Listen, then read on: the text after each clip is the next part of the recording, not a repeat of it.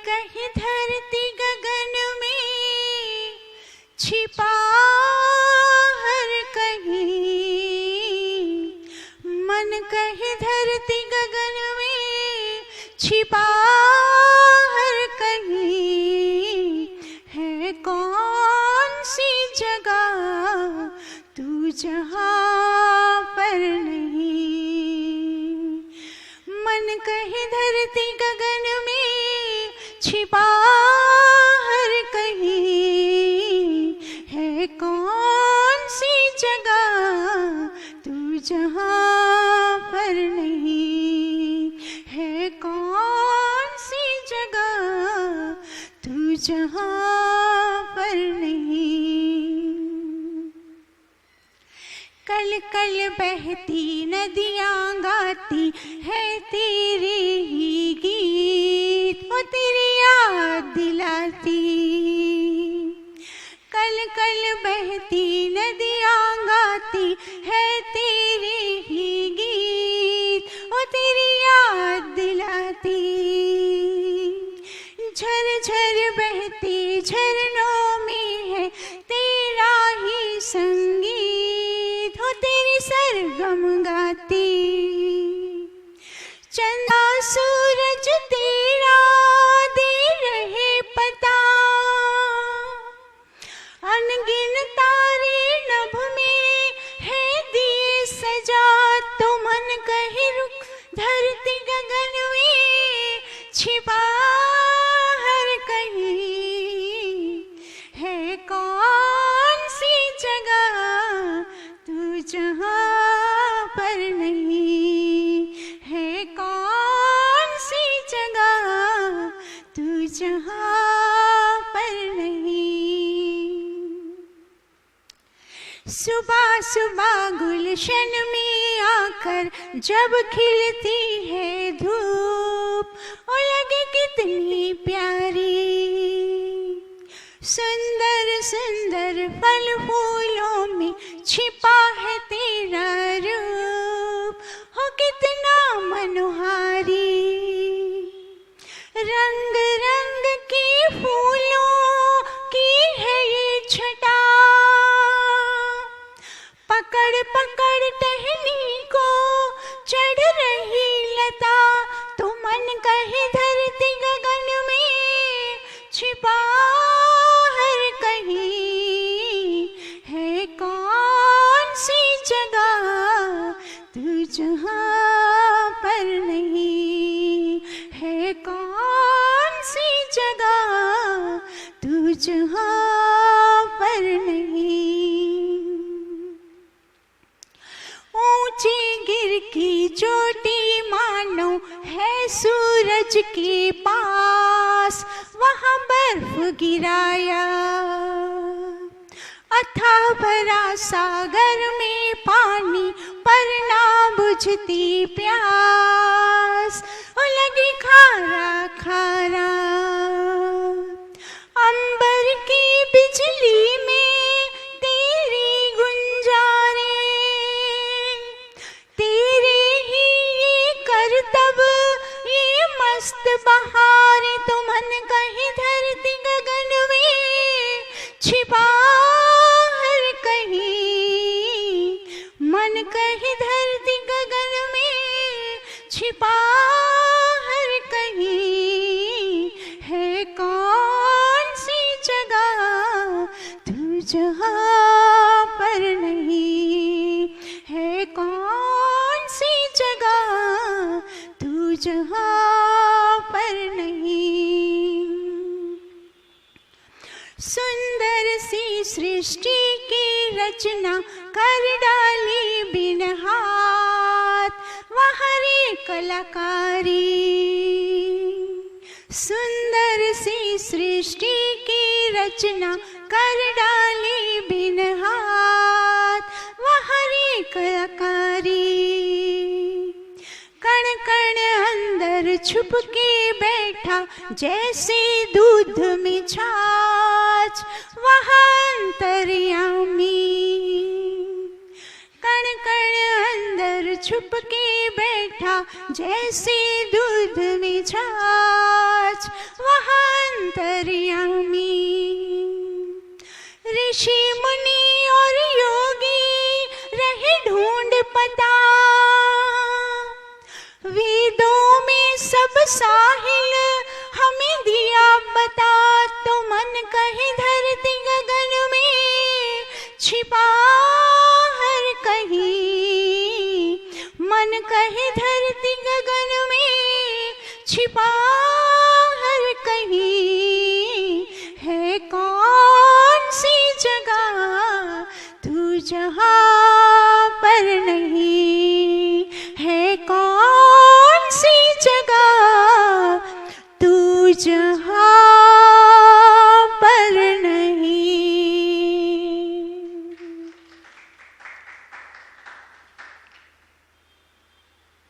बड़े सुंदर भजन। क्या बताया जा रहा है कि हमारा मन जो है वो क्या बता रहा है कि तू धरती में, गगन में, जहाँ हमारी दृष्टि जाती है, आप देखिए जब धरती पे हमारी दृष्टि जाती है तो सुंदर बाग बगीचे, फल फूल लता, इतनी सारी ये नदियाँ पहाड़, कल कल बहते झरने, कितना सुंदर मनोहारी दृश्य देखकर मन में इतनी शांति और इतना आनंद, प्रसन्नता आ जाती है। तो ये सारे के सारे जो दृश्य हैं वो परमपिता परमेश्वर की अनुभूति, वो उसके अस्तित्व को प्रमाणित करते हैं। ये देख लो, ये देख लो, ये है ईश्वर, ये देख लो, ये है ईश्वर। और धरती, फिर जब आकाश में हमारी नजर जाती है, ऊपर नजर उठती है, तब भी वहाँ चारों ओर उसी के जलवा, उसने क्या क्या कलाकारी से क्या सूरज बनाए, क्या चंद्रमा, क्या पूरे आकाश को इतने सुंदर सितारों से जड़ के भर दिया। आप बताएं, आकाश में जब हम ध्यान जाता है कितनी प्रसन्नता, चंद्रमा की शीतलता और सुंदर दृश्य, मनोहरी दृश्य देखकर मन तृप्त हो जाता है। ये संसार के जो दुख कलेश हैं वो सारे कहाँ भाग जाते हैं। ईश्वर ने ऐसे अपनी सृष्टि बनाकर हमें इतनी अच्छी तरह से हमें तृप्त करने का, प्रसन्न करने के कितने अच्छे अच्छे साधन बनाए। फिर क्या, अंत में तो एक और बहुत सारा कुछ इसमें बताया, पर हमें आगे बहुत कुछ करना है। तो ये एक बात कितनी अच्छी बना दी कि सुंदर सी सृष्टि की रचना कर डाली हाथ, बाहरी कलाकारी। कैसा बड़ा कलाकार। आप सोचो, हमने तो वेद पढ़े हैं, हम तो वेद में ईश्वर के सही स्वरूप को जानते हैं। तो ईश्वर का सही स्वरूप क्या है? वो तो निराकार है, उसको तो आकार ही नहीं। अब बताओ, जिसको आकार अर्थात शेप ही नहीं, शरीर ही नहीं, हाथ नहीं, नस नाड़ी कुछ भी नहीं, और उस बिना शरीर के इतनी सारी सुंदर सृष्टि को बिना हाथ के रचना, आप सच बताओ ये सबसे बड़ी कलाकारी है कि नहीं? है ऐसा कोई माई का लाल अपने संसार में जो थोड़ा सा ज्ञान प्राप्त करके, थोड़ी सी विद्या, ईश्वर के वेदों की विद्या प्राप्त करके इतना अभिमान ग्रस्त हो जाते हैं ये इतने बड़े बड़े विद्वान? अरे जरा नहीं सोचते कि हम कौन? ये सारा ज्ञान ईश्वर प्रदत्त। ईश्वर ने अगर ये ज्ञान वेदों का न दिया होता तो हम मूर्खों की तरह इधर उधर भटकते फिरते, जैसे सामान्य लोग फिरते हैं, हमारा उससे भी बुरा हाल होता। तो हमें किस बात का इतना गुमान? विद्वान, बड़े विद्वान, खाली पद से, हाँ पद बहुत बड़ा है, उनके जैसा पद किसी का नहीं, सत्य बात है, उनके जितनी पहुंच किसी की नहीं, पर उनके गुण और कर्म देखें तो ऐसा लगता है नहीं भैया, ये जो पूरी विद्या है वो मात्र विद्या, शाब्दिक विद्या सुनने से और याद करके अच्छी तरह से बताने से, वक्ता, बहुत अच्छा वक्ता, मेरे जैसा वक्ता कोई नहीं, हाँ मैं बहुत अच्छे से टू द पॉइंट सारी शंकाओं का मैं उत्तर देता हूँ, हाँ वो तो सत्य बात है। पर पता है इस बात का क्या प्रमाण है कि जो विद्या शाब्दिक आपने सुनी, पढ़ी, पक्की करी, बहुत अच्छी बात, दूसरों को सुना रहे हैं वो भी बहुत अच्छी बात, पर उससे अधिक अच्छी बात पता है क्या है? उस विद्या से स्वयं को तो लाभान्वित करो। स्वयं का राग, द्वेष, अभिमान, ईर्ष्या वो तो बढ़ता ही जा रहा है और बढ़ता है। पहले विद्या कम थी तो इतना अभिमान नहीं था, थोड़ा सा था, हम भी नॉर्मल सबके इस तरह अच्छी तरह से व्यवहार करते थे। पर जैसे जैसे हमने विद्या अधिक प्राप्त करनी प्रारंभ की तो हमारा अभिमान और हमारा राग द्वेष, और हमने अपने द्वेषों को, रागों को, ईर्ष्याओं को और बढ़ाते गए। तो बताइए ये किस प्रकार की विद्या हम ग्रहण कर रहे हैं। एक बार नारद मुनि सनत कुमारों के पास गए और सनत कुमारों को बोलते हैं कि मुझे आपसे विद्या ग्रहण करनी है। तो सनत कुमार कहते हैं आपने कौन कौन सी विद्या प्राप्त की है पहले। तो नारद जी बताते हैं कि मैंने ऋगादि वेद और ऐसे इस प्रकार मैंने 18 ग्रंथों की 18 विद्याएं मैंने ग्रंथों की, अच्छे ग्रंथों की, आर्ष ग्रंथों की मैंने विद्या प्राप्त करी है। तब सनत कुमार बोलते हैं तो आपने इतनी सारी विद्याएं सारी प्राप्त कर ली है, अब आप मुझसे कौन सी विद्या प्राप्त करना चाहते हैं, अभी कौन सी विद्या आपको सीखनी है। तब नारद जी का उत्तर सुनिए। उन्होंने कहा ये जितनी भी विद्या मैंने प्राप्त करी है ना, उससे मुझे आत्मा परमात्मा का ज्ञान हुआ ही नहीं है। मात्र मैंने वो विद्या पढ़ी तो है, मैंने वो सारे ग्रंथ पढ़ लिए हैं, पर मुझे वो आत्मा और परमात्मा का ज्ञान नहीं हुआ, यंत्रवत हुआ, शाब्दिक। तो वो आत्मा परमात्मा का ज्ञान तो अति आवश्यक है, उसके बिना तो न मेरा उद्धार, आत्मा का उन्नति नहीं हो रही। तो फिर मैं वो ही विद्या आपसे प्राप्त करने आया हूँ। तो इस बात से हम अपने आप की तुलना कर सकते हैं कि कहाँ नारद मुनि ने 18 ग्रंथों को पढ़ के भी वो बेचारा स्वीकार कर रहा है, कह रहा है मैंने ये इतने पढ़े तो हैं, पर मुझे इसमें से कोई आत्मा परमात्मा की मुझे प्राप्ति हुई नहीं है, तो मैं वो प्राप्ति करना चाहता हूँ। तो हमें भी इस तरह से हम थोड़ा सा सुन लेते हैं, पढ़ लेते हैं आदि, जो दूसरे भी जो हैं, बड़े भी हैं, चाहे कितने भी बड़े हैं, पर उन लोगों को भी अपने स्थान को, स्तर को इस तरह से जांचना पड़ेगा। एक छोटे से नारद जी के इस संवाद से सनत कुमार और नारद का ये छांदोग्य उपनिषद में इतना सुंदरता से ये संवाद बताया गया है। तो अब जो बड़े बड़े लोग हैं उन लोगों ने ये सारा पढ़ा हुआ है, मुझे पता है सब पढ़ा हुआ है, पर जरा भी इतना लेश मात्र भी राग द्वेष ईर्ष्या अभिमान घटाया नहीं, बढ़ाते जा रहे हैं। और जो अंदर है फिर वो दूसरों को, विद्यार्थियों को, शिष्यों को, सबको दिखता है, फिर वहां वही निर्माण होगा, है ना। जो बड़े हैं, बड़े लोगों ने जिस तरह की शिक्षा का ग्रहण किया है, तो छोटे लोग जो नए हमारे जो नए विद्यार्थी हैं, नए शिष्य हैं, वो क्या प्राप्त करेंगे, वो भी वही सीखेंगे ना। जो हमारे अंदर है वो ही सीखेंगे। हमारी वाणी कुछ है और हमारे मन में कुछ है और हमारा आचरण तो एकदम अलग ही है। आप बताएं कैसे उद्धार होगा। इसीलिए ये हाल है।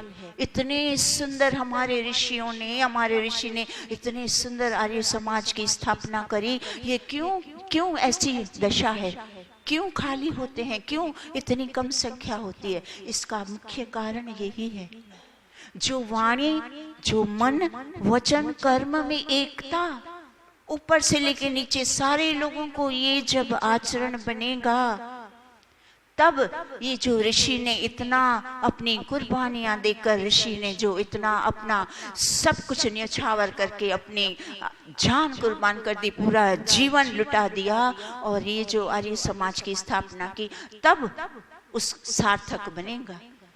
तो हम कहाँ थे कि हमारा विषय क्या था कि ईश्वर की प्राप्ति।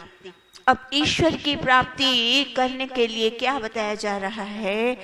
जब जो मनुष्य शुद्ध ज्ञान, शुद्ध कर्म और शुद्ध उपासना, इन तीनों का सही जीवन में जब वो उपयोग करता है, ध्यान देना क्या बता दिया? शुद्ध ज्ञान, रिपीट कीजिए, शुद्ध ज्ञान, शुद्ध कर्म और शुद्ध उपासना। जब इन तीनों का सही स्वरूप में व्यक्ति अपने जीवन में उतारता है, तब पता है क्या होता है? उससे आत्मा की शक्ति बढ़ती है। आत्मा का बल बढ़ता है। तो जब आत्मा का बल बढ़ता है तो ईश्वर प्राप्ति करने के लिए मनुष्य को आत्मा की बहुत सारी शक्ति चाहिए होती है। तो आत्मा की शक्ति जब बहुत अधिक होगी तब ये जो मन रूपी साधन के माध्यम से जो हम ईश्वर की प्राप्ति करेंगे, तो वो जो मन रूपी साधन के अंदर जो संसार, वो प्रकृति से बना है ना मन, और संसार भी प्रकृति से बना है। तो ये स्वाभाविक है, स्वतः ही मन के अंदर संसार के वे जो रजोगुण और तमोगुण ये अपने आप आता रहता है। तो रजोगुण और सतोगुण से क्या उत्पन्न होता है? विकार उत्पन्न होते हैं, दोष उत्पन्न होते हैं, दुर्गुण उत्पन्न होते हैं। तो जब व्यक्ति ने अपनी आत्मा को सशक्त बनाया है तब तो वो अपने मन के विकारों को हटा पाएगा। अगर जिसकी आत्मा अशक्त है, शक्ति से शून्य है, निर्बल है, वो अपने मन के पीछे चला जाएगा, मन के पीछे लग जाएगा, वो मन के विकारों को हटा ही नहीं पाएगा। और सांख्य दर्शन में महर्षि कपिल ने क्या बताया कि जो दोष युक्त मन है वो हमें ईश्वर की प्राप्ति नहीं करा सकता। जो दोष से रहित मन है, वो दोष रहित मन आपको ईश्वर की प्राप्ति कराएगा। तो हमें ईश्वर की प्राप्ति करने के लिए आत्मा की शक्ति को बढ़ाना है, आत्मा के बल को बढ़ाना है, वो हमारे अंदर ही विद्यमान है। अब ऋषियों ने एक ऐसा सुंदर दृष्टांत दिया, क्या बताते हैं कि जैसे एक बिना आंख बिना चक्षु के व्यक्ति, हम उसको क्या बोलते हैं सुशील सभ्य भाषा में सूरदास जी हैं बेचारे। तो अब वो जो सूरदास जी हैं किसी समझदार व्यक्ति को बोले, कहाँ है सूरज, कहाँ है तुम्हारा सूरज, मुझे सूरज दिखाओ। तब वो समझदार व्यक्ति कहता है कि हाँ सूरज तो है, पर आपके कर्मों का दोष है, आपके कर्मों के दोष की वजह से आपको आंख का दोष है, आपके पास आंख नहीं। तो सूरज होते हुए भी हम आपको सूरज दिखा नहीं सकते। तो आगे ऋषि क्या बताते हैं, जैसे सूर्य का प्रकाश बनिए की दुकान पे हमें खरीदने जाना नहीं पड़ता, सूर्य का प्रकाश बनिए की दुकान पे बिकता नहीं है। सूर्य का प्रकाश प्राप्त करने के लिए हमें मात्र क्या करना होता है, आंख को, चक्षु को खोलना पड़ता है। तो आंख चक्षु का खोलने का अर्थ पता है क्या है? आंख चक्षु खोलने का अर्थ है कि मन अंतः चक्षु के ऊपर जो धुंध रूपी कोहरा, कोहरे रूपी धुंध, उस धुंध से क्या हुआ है, हमारी आत्मा और परमात्मा दोनों उस धुंध से ढके हुए है वहीं, इसी स्थान पे है, सबके अंदर है, चोर के, लुटेरे के, अभिमानी के, ईर्ष्यालु के, जो जितने भी दुर्गुण सबके अंदर है। आत्मा परमात्मा का स्थान तो वही है, पर वो अज्ञान रूपी कोहरे से, धुंध से ढका हुआ है। तो जैसे बाहर आप देखिए कभी जैसा मौसम होता है तो धुंध कोहरा होता है, तो आप बताएं कुछ भी दिखाई देता है? जब वो धुंध हट जाता है, धुंध छट जाती है, फिर सारी की सारी वस्तुएं जो वहीं पड़ी थी और वहीं हमें दिखने लग जाती है। तो ये जो ज्ञान रूपी चक्षु से हमें उस अंधकार, अज्ञान अंधकार रूपी धुंध को छांटना, हटाना पड़ेगा। जिस व्यक्ति ने शक्ति, अपनी शक्ति से उस धुंध को हटा दिया, फिर वो वहीं का वहीं उसके ज्ञान चक्षु, उसको उसका दोष रहित मन, उसको वहीं ईश्वर की प्राप्ति करा सकता है। तो इस तरह से हमें ईश्वर की प्राप्ति करनी है। हम योग दर्शन का द्वितीय पाद, साधन पाद का प्रथम सूत्र कर रहे हैं। प्रथम सूत्र, तपः स्वाध्याय ईश्वर प्रणिधानानि क्रिया योगः। अब यह क्रिया योग का सूत्र है। अब ये जो हमारे ऋषि मुनि है वो लोग क्या बताते हैं कि आप लोग परिवार में रहकर अपनी आत्मा की उन्नति कैसे सरलता से कर सकते हैं, जिस उन्नति के लिए हमें ये मनुष्य जीवन मिला। और इस मनुष्य जीवन का मुख्य लक्ष्य क्या है? समस्त दुखों से छूट करके ईश्वर प्राप्त करके और मोक्ष की प्राप्ति करना। जब व्यक्ति ईश्वर की प्राप्ति करता है तो वो मोक्ष का अधिकारी हो जाता है। जब मोक्ष का अधिकारी हो गया तो समस्त दुखों से वो छूट जाता है। तो अब ये समय ऐसा है कि गृहस्थी बेचारा अभी इतना सक्षम हुआ ही नहीं है कि वो वनों में जाए, वनों में जा करके ईश्वर की भक्ति करे, ईश्वर को प्राप्त करे। तब ऋषियों ने हम सब मानव ऊपर, स्पेशली वो गृहस्थियों के ऊपर, कि आप गृहस्थ में रहकर भी अच्छा ये इतना क्रिया योग कर लो, आप अपने परिवार के काम भी करो, गृहस्थ में रहो, सारा कुछ कमाओ, परिवार की अच्छी तरह से देखभाल करो और साथ साथ ये क्रिया योग भी करो। जितना समय आप परिवार को देते हो ना, उतना ही समय आप इस क्रिया योग को दो। तो ऋषि कहते हैं मैं आपको गारंटी देता हूँ, इस मात्र क्रिया योग से आप अपनी आत्मा की उन्नति करते करते आप मोक्ष लक्ष्य को अवश्य में प्राप्त कर सकते हो। बताइए ऋषियों की कितनी सारी हम पर इतनी अनुकंपा। तो कितने उसके 3 अंग बता दिए। प्रथम अंग क्या बता दिया, आज नए बहुत सारे हमारे जिज्ञासु जुड़े हैं। तो प्रथम अंग है तपह। तो अब हम परिवार में रहते हैं तो हम वो जो दार्शनिक भाषा है तप की, वो तो हमने कर लिया था पिछले कक्षा में, पर आज हम वो मात्र परिवार में तप का अर्थ क्या है आज हम वो समझते हैं। तो परिवार में रहते हुए तप किसको कहा जाता है, परिवार में हम सब सदस्य रहते हुए कैसे तप करें आज हम वो समझते हैं। तो वो तप किसको कहते हैं। अब परिवार में कितने सदस्य रहते हैं, पति है, पत्नी है, माता है, पिता है, पुत्र है, पुत्री है, आदि आदि ऐसे अनेक सदस्य हैं। अब जितने भी सदस्य हैं, सारे सदस्यों का जो स्वभाव है, जो संस्कार हैं, पूर्व जन्म के भी संस्कार हैं, फिर उन्होंने उनको जैसा विचारों को वातावरण मिला वैसे वैसे वो सीखते गए, वैसे वैसे संस्कार उन पे आते गए। कुछ अच्छे भी आए और कुछ बुरे भी आए, दोनों मिक्स आते गए। तो जैसे जैसे व्यक्ति में माता पिता में होते, वो भी बेचारे फिर अपने संतानों को वही देते हैं, वो अपनी संतान। ऐसा करते करते क्या हो जाता है, परिवार की स्थिति कैसी हो जाती है कि अच्छी बातें भी होती है बहुत सारी, और कुछ बातें अशुभ भी, गलत भी होती है।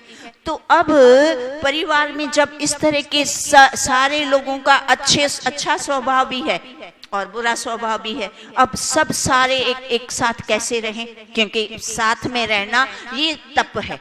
सबका स्वभाव अलग होते हुए भी हम आपस में सब एक दूसरे के साथ तालमेल बिठा के बड़े प्रेम पूर्ण, बिना किसी झगड़े के, बिना किसी द्वेष के, बिना किसी लड़ाई के, रोज कलह कलेश के, और शांति पूर्वक प्रेम पूर्वक अलग अलग स्वभाव होते हुए भी आपस में तालमेल बिठा के कैसे रहना, ये तप है। तो अब इसका एक संत ऐसे व्याख्यान, जैसे यहाँ विद्वानों की व्याख्यान होते हैं ना, एक संत महात्मा व्याख्यान कर रहे थे तो जिज्ञासु सुन रहे थे। तो एक जिज्ञासु खड़ा होकर और पूछता है कि महात्मा जी आपकी बात तो सत्य है, पर जैसे मैं आपको एक प्रश्न पूछता हूँ कि जैसे आचार है, हम सबको आचार बड़ा प्रिय है, हम आचार खाते हैं, आचार में जितनी भी सामग्री होती है, जैसे आम होता है तो आम का स्वभाव कैसा होता है, खट्टा। फिर उसमें मेथी पड़ती है तो मेथी का स्वभाव कैसा होता है, कसैला। और जो मिर्ची होती है उसका स्वभाव होता है तीखा, और नमक डलता है उसका स्वभाव होता है खारा, और गुड़ या चीनी डलती है उसका स्वभाव होता है मीठा। तो जैसे अचार में जितनी सामग्रियां पड़ी, उन सब का स्वभाव, गुण कर्म स्वभाव तो अलग अलग है, पर फिर भी वो एक ही बरनी में रह रही हैं। और वो कैसे एक बरनी में रह रही हैं और इतना स्वादिष्ट आचार कैसे बन रहा है, क्योंकि जिसका जो स्वभाव था वो अपने स्वभाव को छोड़ता हुआ एक दूसरे के स्वभाव से घुल मिलकर और प्रेम प्यार से रह रहा है। तो एक सुंदर आचार बन गया। अलग अलग स्वभाव होते हुए भी फिर भी क्या बन गया, आचार। आप सबको पता है आचार, कोई बीमार व्यक्ति होता है जिसको डॉक्टर ने मना किया होता है आपको आचार नहीं खाना, फिर भी दूसरे लोग खा रहे होते तो बोलता है थोड़ा सा दे दो, आज कुछ नहीं होता, मुझे बड़ी इच्छा है, क्योंकि वो इतना स्वाद बढ़ाने वाला, हमारे भोजन को पूर्ण करने वाला होता है। तो संत महात्मा पता है इसका, इस सारे जो उदाहरण है आचार का, उसका क्या उत्तर देते हैं?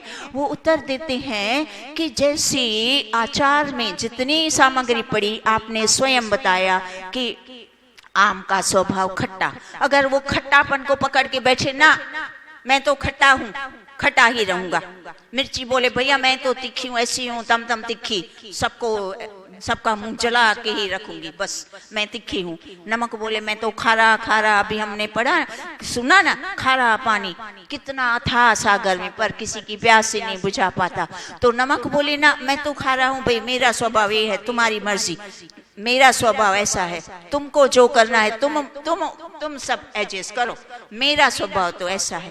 अब चीनी बोले मैं तो मीठी हूँ। अब ऐसे इस तरह से हर एक व्यक्ति, हर एक सामग्री अगर अपने स्वभाव पे अड़ा रहे, हटा नहीं, मेरा तो स्वभाव है, आपको जो करना है आपको करना है, आपको मेरे साथ रहना, मुझे नहीं रहना, कोई बात नहीं। तो इस तरह से फिर क्या होगा? फिर तो तालमेल नहीं। आज देखिए कहीं पे भी न परिवारों में संगठन है, न आस पड़ोस में किसी के प्रेम संगठन है, न कहीं समाजों में संगठन, एकता, प्रेम है, न कहीं राष्ट्र में प्रेम है, और विश्व में कहीं पे भी आपको एकता दिखती है? सच बताएं, आप सब स्वयं अपने हाथ रखकर बताएं, आज परिवार क्यों टूट रहे हैं? क्योंकि कोई भी अपने स्वभाव से दूसरे के स्वभाव के साथ मेल मिलाप करना ही नहीं चाहता। वो नहीं चाहता, नहीं बोलता नहीं मेरा तो यही स्वभाव है, तुम बदलो। पर सामने वाला कितना बदलेगा? थोड़ा तुम बदलो, थोड़ा मैं बदलूं, थोड़ी दो बात आपकी, दो बात मेरी, तब तो एडजस्टमेंट होगा। तब तो, क्योंकि लंबे समय है ना, परिवार में लंबे समय से हमें रहना है, कोई एक दो दिन की बात तो नहीं है। समाजों में भी हम जहाँ कार्य क्षेत्र है, जहाँ स्वामी और नौकर होते हैं, तो आप बताओ उनका भी लंबे समय तक का होता है। तो अगर एक ही व्यक्ति अपना आधिपत्य बनाए रखे कि नहीं मैं बड़ा और मेरे से ही तुम लोग एडजस्ट करो, तो वहां फिर वो काम नहीं बनेगा।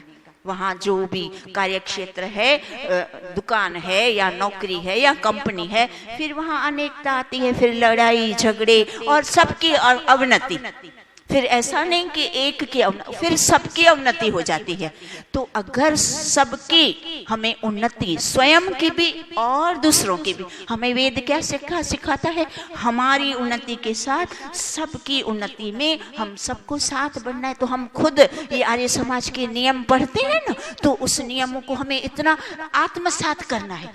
बस एक नियम को भी आत्मसात में करें, नहीं कोई बात नहीं, सबका भला भैया, मेरा भी, समाज का भी, विद्वान का भी, सबका भला, नहीं सबका सोचना। तो जब इस तरह से भाव, खाली क्या बदला, थोड़ा सा भाव बदला, अपनी दृष्टि बदली, तो सब चारों ओर प्रेम प्रेम प्रेम के फुहारे फूटने लगे। इतना सच्चा प्रेम एक दूसरे के लिए। फिर मन में से किसी ने क्या बोला, क्यों बोला, वो याद ही नहीं रहे, कोई बात नहीं, तो क्या हुआ, मेरा तो भैया है, बोला तो बोला, तो मेरी ही तो बहना है, बोली तो बोली, मेरी ही तो माँ है, तो बोली तो क्या हो गया, माता है ना, बोली तो क्या हो गया, पिता है, बोला तो बोला। तब जाके जब हमारा भाव इस तरह से बदलेगा कि नहीं हम सबको साथ मिलकर रहना है, तब हमारी सबकी परिवार की, समाज की, देश की उन्नति होगी। ऐसा बस मात्र भाव बनाए, दृष्टिकोण बदल दिया और सब कुछ बदल गया, मात्र दृष्टिकोण बदला। अब इसके लिए हमें और भी आगे कुछ बहुत सारा करना है, पर हम हमारा अब प्रतिदिन की जो कक्षाएं हैं तो वो उसका लाभ ले सकते हैं। तो हम कल इसका फिर तप, आज आप जो थे हम नए जुड़े, तो परिवार में तप, इस तरह से तपस्या करें, एक दूसरे की छोटी छोटी बातों को ध्यान ही नहीं देना, कोई बात नहीं, हर बात में कोई बात नहीं, कहा तो कहा, बोला तो बोला, क्या मैं नहीं बोलता, मैंने भी तो बोला। हम जितना बोलते हैं, हम एक के बदले 10 सुना देते हैं, पर फिर हमारा स्वभाव पता है क्या होता है, हम अपनी 10 बात को तो भूल ही जाते हैं, पर सामने वाले ने जो 2 बात कही उसको याद कर करके अपने अंतःकरण में संस्कार बनाते हैं। वो संस्कार बनते जाते हैं और फिर बार बार उसकी संस्कारों की याद आती है। जब तब हमारे अंदर क्रोध और गुस्सा, आक्रोश आता है, सामने वाला देखो मुझे ऐसा बोला था, देखो मुझे ऐसा, देखो मुझे, फिर क्रोध बढ़ता जाएगा, नफरत बढ़ती जाएगी। संस्कार तो हमें इसीलिए संस्कारों को ही नष्ट करना है। तो किसी ने 2 शब्द बोले, मैंने भी 4 बोले, बस कोई बात नहीं, भूल जाओ। जैसे अपना भूल जाते हो तो सामने वाले का भी भूल जाओ, तो फिर संस्कार नहीं बनेंगे। अब संस्कार नहीं बनेंगे तो आप मुक्त हो जाओगे। जी, जीवन मुक्त किसको बोलते हैं? संस्कारों को नष्ट करते जाओ तो आप जीवन मुक्त हो। जीवन मुक्ति दूसरी और कोई थोड़ी होती है। क्या आप सच बताओ, हमको किसी ने बांधा है क्या? कितने फ्री स्वतंत्र है ना, हम स्वतंत्र है, पर हमें मन के इस दुराग्रहों ने हमें बांध रखा है। हम इन मन के दुराग्रहों से बंधे हुए हैं। इन मन के दुराग्रहों को छोड़ते जाएं तो हम मुक्त हैं, फिर हम जीवन मुक्त है। जो व्यक्ति इस जीवन में मुक्त है वो मुक्ति को प्राप्त करेगा, उसको मोक्ष मिलेगा। मरने के बाद मुक्ति नहीं मिलती। अगर जीते जी मनुष्य अपने इन छोटी छोटी बातों से, मन के दुराग्रहों से बंधा हुआ है और फिर मर गया, तो फिर उसको मोक्ष कभी नहीं मिल सकता। फिर वो इसको इसी संसार में अपने कर्मों के अनुरूप फिर वापस नया शरीर धारण करना ही पड़ेगा। यही ईश्वर का भी नियम है, ये संसार का नियम है, ये सारे सिद्धांत है। ईश्वर कहता है मैं भी सिद्धांतों पे चलता हूँ, मैं ऐसा ईश्वर नहीं हूँ कि मैं जैसा चाहे उल्टा सीधा सिद्धांत के विरुद्ध मैं नहीं कुछ कर सकता, मैं भी नहीं कर सकता। तो जब ईश्वर भी सिद्धांतों से बंधा है ना, तो राजा भैया हम सब भी क्या है, हम तो ईश्वर से क्या है, ईश्वर के समक्ष अल्पज्ञ है ना। तो हमें भी सिद्धांतों का कभी त्याग नहीं करना। जो सही सिद्धांत है, जो सत्य, न्याय, दया, करुणा के सिद्धांत है, उसको खाली पकड़ के रखें, उस पे थोड़ा थोड़ा थोड़ा चलते जाएं, उसको दृढ़ बनाते जाएं, बस हो गया काम।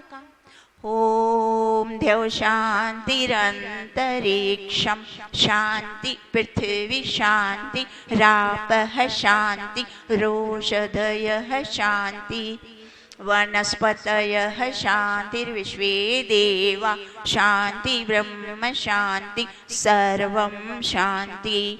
शांतिरेव शांति सामा शांतिरेधि।